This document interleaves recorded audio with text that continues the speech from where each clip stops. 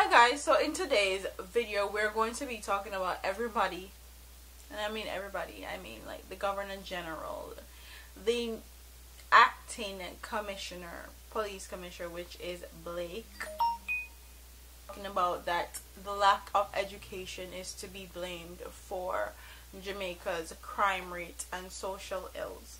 And I have a lot to say to that. Yes, they're right to a certain extent, but I also have a...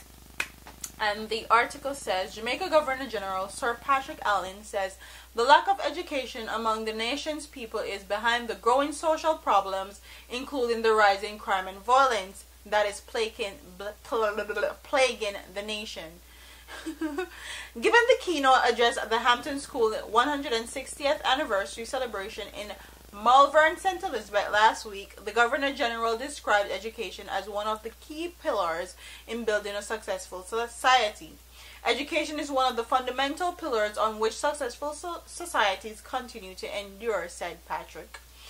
It is the kind of truth that never goes away, and the reality right here in Jamaica is that rampant crime and violence and the wanton abuse of citizens, misuse of drugs, and human trafficking are all the products of lack of sensibility and in turn lack of education. This is why your parents sent you to this prestigious school, and some at great sacrifice, so that you can make your way through the world with dignity and grace, so you can make choices because you understand the consequences, he added.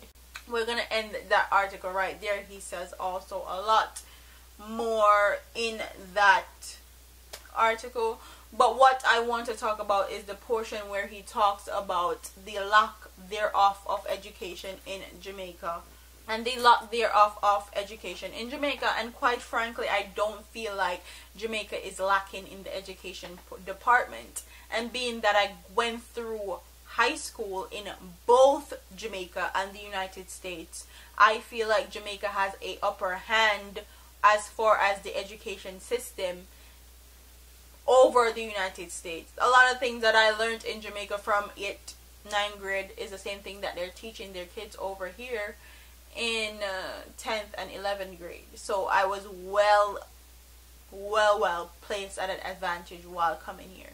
So I don't feel like education is lacking in our Jamaica.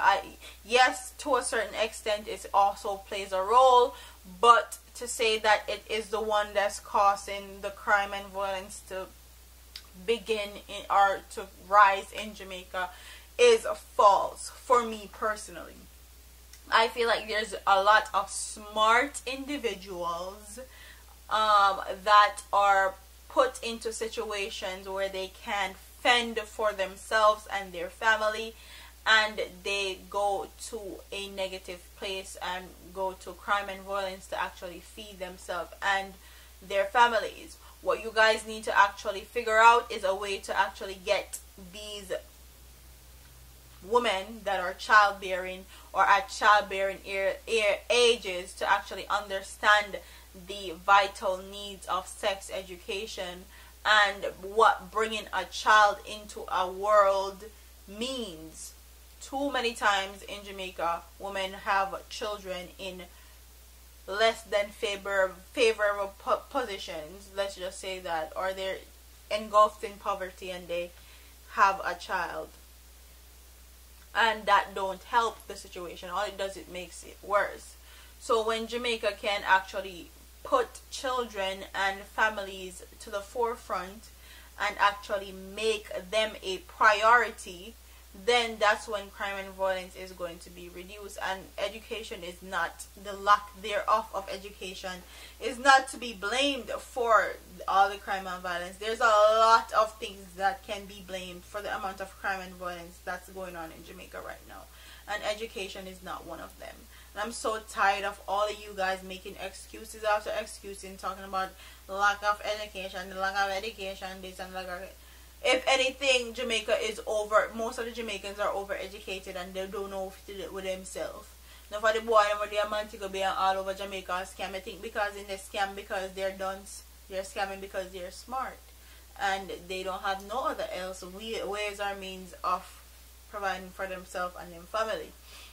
And some of them are smart and they don't have anybody to provide that next step or bring them to that next level or send them to school or send them to college or university or any of that. So it's not the lack of education. I'm tired of everybody saying about it's the lack of education. Yes, it plays a role, and yes, it has something to do with it, but it's not the end all be all as to why the crime rate is so high in Jamaica. There are a lot of factors, and poverty and women having children in poverty is one of the biggest reasons why there's a lot of crime and violence in Jamaica. Okay? And also the JCF is not held accountable.